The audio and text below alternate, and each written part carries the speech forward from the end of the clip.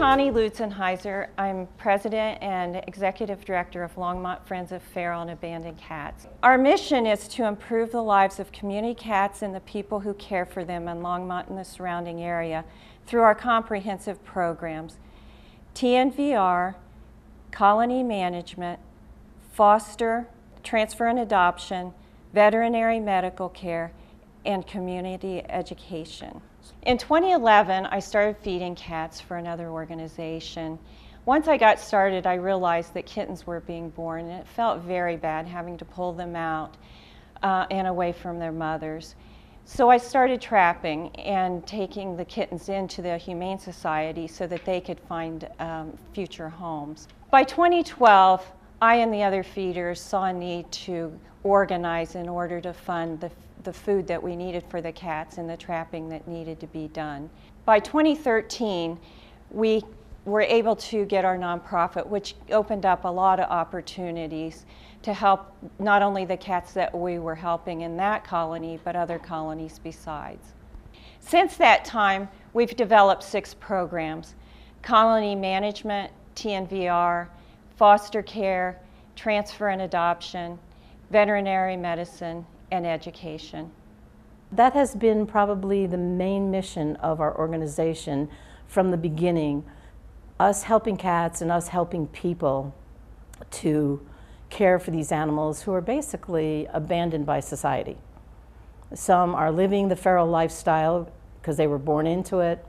They don't know anything else like it. It doesn't make them any less of a cat because they were abandoned or they're living in some, rundown jalopy on the side of the road or something like that. In an organization like ours, we have a lot of volunteers who fill a lot of the volunteer needs. You're going to meet a few of these volunteers who have specific jobs with our organization that help the cats. You're also going to meet a vet that we work with who helps us with the cats. Colony management. Hi, I'm Deb. I'm one of the colony managers for Longmont Friends of Feral and Abandoned Cats. The colony that I am a manager for is Big T's. That was named after Big Tabby, who's one of the cats that was an alpha cat at this colony for many years. And there are currently 11 cats at Big T's site. LFFAC manages 6 colonies. 5 of those colonies are here in town, and 4 of them we manage by sending out our own volunteers. One of the colonies in town is one that we oversee. It's a resident who takes care of that colony of cats. And then our 6th colony is outside of Longmont to the east. It's at a business location. The shop owner feeds during the day or during the week, and our volunteer feeds on the weekends and on holidays and anytime the shop owner's gone. Our colony cats are all spayed and neutered and vaccinated, so no more kittens at our colonies. Some of the colonies have been around for a long time. At Big T's, I've been feeding there for 9 years, and at another one of our colonies, one of our colony managers has been there for 13 years, so they're fairly established colonies. We get to know the cats. We name them, we keep track of them, we keep very good records on them. We are very aware when a new cat comes on site, and we try to determine if that cat is a tame cat. If it is, then we get that cat, take it to one of the local shelters. We are hoping, of course, that they can be reunited with their family. Many cats nowadays are microchipped, so the shelters, the first thing they do is check for microchips. So that hopefully works out well. If not, at least if it is the tame cat that we think it is, then they hopefully find a good adoptive home from being at the shelter. We don't keep tame cats at the sites. We have 26 volunteers right now that handle the feeding of these cats. I can't say enough about our volunteers and their dedication to feeding these cats, because they will go out in all types of weather. We've been out in snow and rain, pouring rain, wind, in extreme heat, extreme cold. No matter what they have to do, they get out for their day to feed those cats, no matter what the weather is. We've even had to deal with floods. I'm sure everybody remembers the flood of 2013, which was devastating for many people and animals alike. I want to tell you a little bit about what's involved in caring for the cats. The basic things that we do are to feed the cats, of course. They get fed every day, they get fresh food and water. We make sure that the cats have some sort of shelter. On our colony sites, most of them have sheds or someplace that protected areas where they can get out of wind and especially rain, and especially when it's cold, but that they can get out of the elements. We monitor the cat's health just as part of when we get there to feed. Sometimes a cat will show up and they're limping, or they have a wound, or they just don't look right. So then we determine if we need to get medical care for them. We like to give them a chance to heal on their own because we have to trap them in order to take them to the veterinarian to be treated. And it's extremely stressful for these animals, so we try to avoid that if we can. We have 2 veterinarian advisors that we have been using for the past several years. And one of them is Dr. Molly Abernathy, and another one that we have is Dr. Janet Glenn with Pets and Pals Veterinary Hospital. Dr. Glenn has been helping educate our volunteers. She comes and talks about different things. Some helpful things have been with the colony cats, what to look for if they seem to be sick, or if they seem to be hurt. She has helped us identify some things to look for as to, what's a safe time to monitor them for a while before they would need to be brought in. I really want to let people know that these cats' lives matter. They're outdoor cats and that's all they've known. They can come to be like kind of your own pet indoors. They don't like to be picked up, but some of them do become friendly. We have one at Big T's colony. His name is Larry. Most feral cats will not talk or make a lot of noise. Larry is a talker, and he meows and meows and meows, kind of from the time you get there until the time you leave. And he does happen to be one of the friendly ones. He likes to be pet. Like I said, not picked up, but we kind of respect his boundaries, and he likes the attention. For a long time we thought these cats, most of them probably are not very good candidates to be taken into a home for adoption, but we have been proven wrong in quite a few cases. We have one cat recently, again this cat was from Big T's, her name, we called her Mama Kitty, and she's been at the site the whole time I've been feeding, but I think she's probably 10 years old. She kind of bonded with one of our feeders, and this particular feeder, I kind of consider her a cat whisperer. Anyway, Christina bonded with Mama. It happened that Mama did get an injury, and so we started to watch her. She was limping severely and her paw swelled up, so we knew it was an abscess, and she was not able to put any weight on her paw. So we watched her for like a day or two and thought we need to intervene here. So we got her, we took her to the vet. Her wound was taken care of. It was an abscess, and they took care of that. But we didn't want to put her back out in the colony. We wanted to keep her inside for a few days and make sure that she was going to heal okay. Since Christina, she had really literally fallen in love with Mama, so she expressed an interest in adopting Mama. And I talked to her and said, well, I don't know how this is going to work. She's been a colony cat for 10 years, But Christina said, no, I want to give it a try. And we're all happy to say that it turned out well. It takes time, takes the right person, and it takes time for these cats. But if you do have that patience and you give them the time, Mama has integrated into her house with the other cats, and it's worked out well. So some of those situations, it's happy ending for those cats. I just want people to know that they're special cats, and I feel privileged to be able to help take care of them. Trap, neuter, vaccinate, return. Hi, my name is Laura. I am officially designated as the trapping coordinator. Our process begins when someone calls us and asks for help with their feral colony. These colonies can vary in size from 2 or 3 cats, a mother cat and 5 kittens. We've gone and trapped at farms as many as 25 cats in one day. We'll ask the people, what time do the cats usually come to eat? When do you see them most active? And those are the times that we'll plan to trap. So we'll set up our traps at a time when the cats are most likely to be present. We'll set them close to a wall, somewhere where the cat has fewer choices about how to go into the trap, and they also feel more secure if the trap is set next to a building. We'll ask the people with the colony not to feed their cats for 24 hours so that they're good and hungry. The process is rather simple. We use some bait that is very appealing to cats, like mackerel or tuna in oil. And we'll set a small amount of the food along the trap, on the bottom of the trap, on these white plates here. And then we put a small amount of food into a dish and put that dish in the back of the trap. Then we sit back and wait for the cats to come. We open this side of the trap,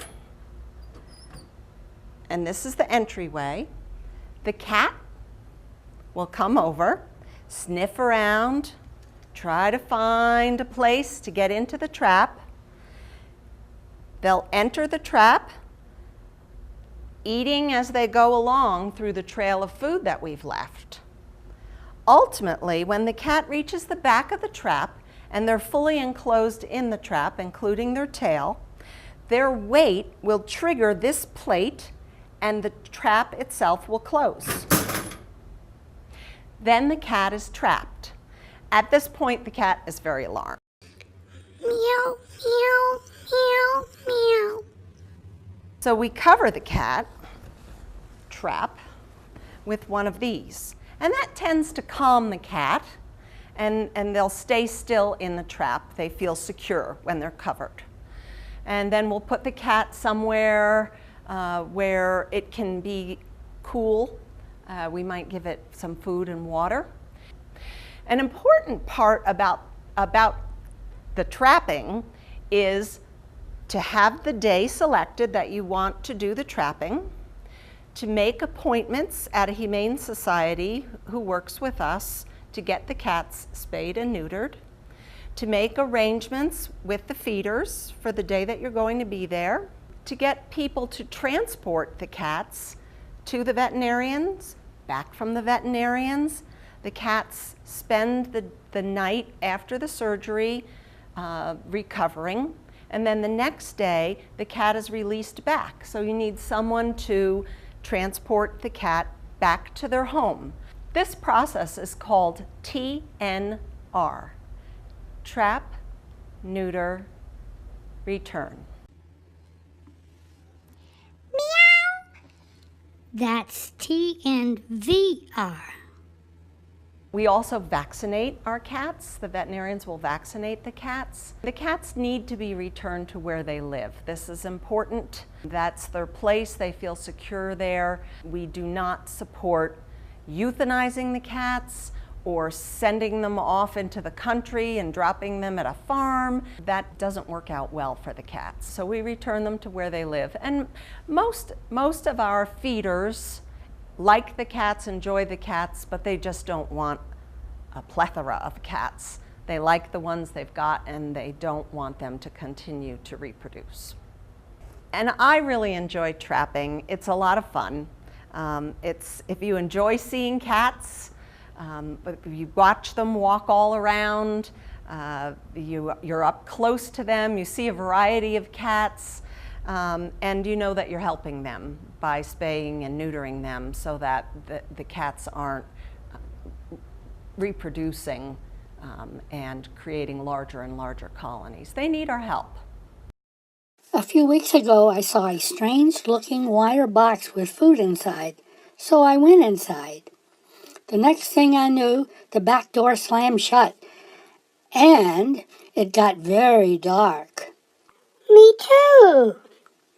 After that, I was shaken up and ended up on a counter in a strange place. They stuck me with a needle, and that's all I remember. I am back home now. My life has changed. The same thing happened to me. Foster care. My name's Tabitha Crawford. I live in Platteville. I've been fostering kittens for about 12 years. I've been fostering for Longmont Friends of Feral and Abandoned Cats for the last 6. This is something that is my passion in life. I love taking care of kittens, and it's essential work that needs to be done in this community. Fostering can take varying times, depending on the age of the kitten. Sometimes it can take 8 weeks. Other kittens only need 1 to 2 weeks to get over an illness or grow to the age where they can be neutered or spayed. Some kittens are less tame than others and take longer. Several months can be part of the fostering to get kittens comfortable with people. Foster parents provide food and water.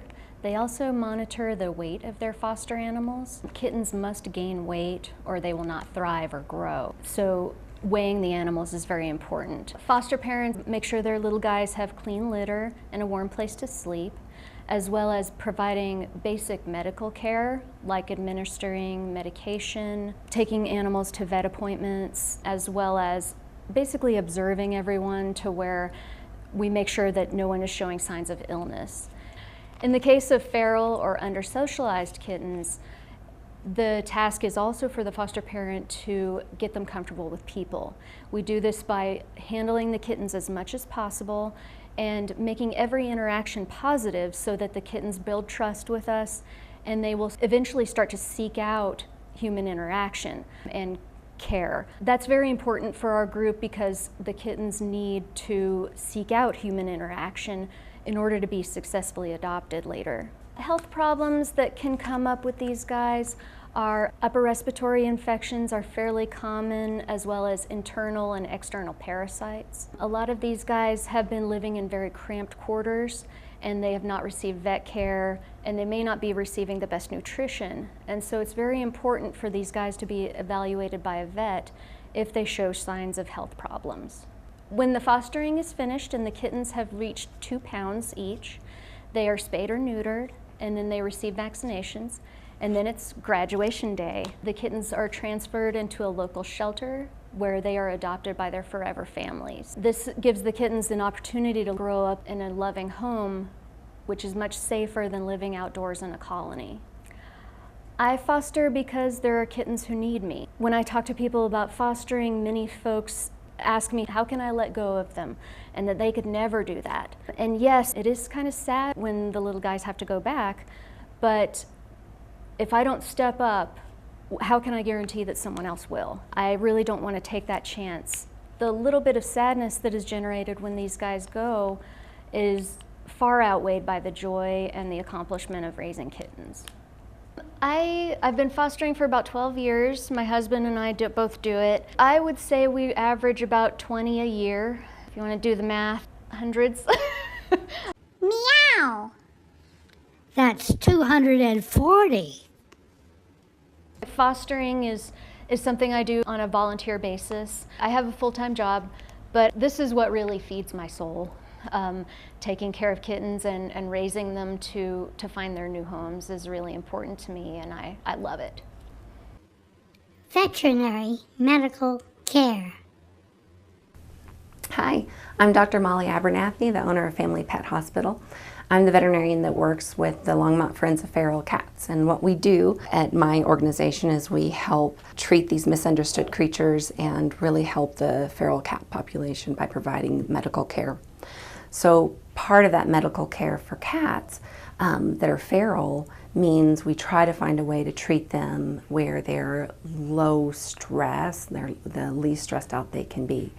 A feral cat, when it's been captured or when it's in the cage, they can be really frightened. And so what I want to do is make this as comfortable as experiences that we can and the safest we can for both them and for the staff. So we use a lot of sedation, we use a lot of treatments that consider whether they're going to be able to be medicated and how they're going to be medicated in the future. The feral cats are very misunderstood in that people don't get to handle them like you would handle a domestic cat or a tame cat, or what we handle our cats in our own households. So the ferals have to be treated differently so that it can be safe for them. That they don't like to be pet, they don't like to be handled, it's scary to them. So we work to minimize that, and doing that we use sedation, we use medications that can last longer periods of time in them. When we vaccinate, we use vaccinations that are more appropriate for that long-lasting action for the ferals. So feral cats come into the clinic when they have been trapped. So they come in a cage. We put them in a low stress room. We want them to be minimally stressed when they're here. Then they're sedated in a manner in which there's minimal restraint. Feral cats don't like to be held. They don't want to be touched. It's very unusual for them. They don't feel comfortable with human contact in that manner. So we need to treat them respecting that aspect of their personalities and of their consciousness. So we find a way to sedate them in a manner that is going to be the least stressful for them. In that process, we then can do a complete physical exam. So I can look at them from the tip of the nose to the tip of the tail, and what I'm looking for is injuries. I'm looking for presence of disease. What we do as veterinarians working with feral animals is we're looking not just for diseases that are affecting the individual, we're also looking for diseases that affect the colony as a whole. So those are all considerations when we go to treating feral cats. That's a little bit different than privately owned cats. The next step is making sure that we run any tests that we need to do, and we want to do everything as efficiently and quickly as possible because we need to be able to fit testing and treatment all in that same single sedated procedure. So we'll treat them. We see anything in ferals from minor scrapes and bumps to eye infections are common, to cats that are losing weight or they're not eating.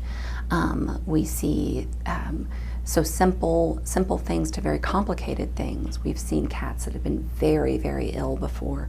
Oral disease and periodontal disease is something that's often missed in feral cat colonies. For the cats, that can be an area of a lot of discomfort. We don't know it's there when we're just looking at a cat from the outside because they don't hold their mouths open where we would see it. So treating that level of pain and looking for the diseases that might cause periodontal disease in a feral cat colony is really important. So preventive care for cats involves vaccination, deworming, and again treating them in a manner that we can use more long-term therapies with them, and then looking at the population as a whole. This is Walter. He's my cat, and he lives here at Family Pet Hospital.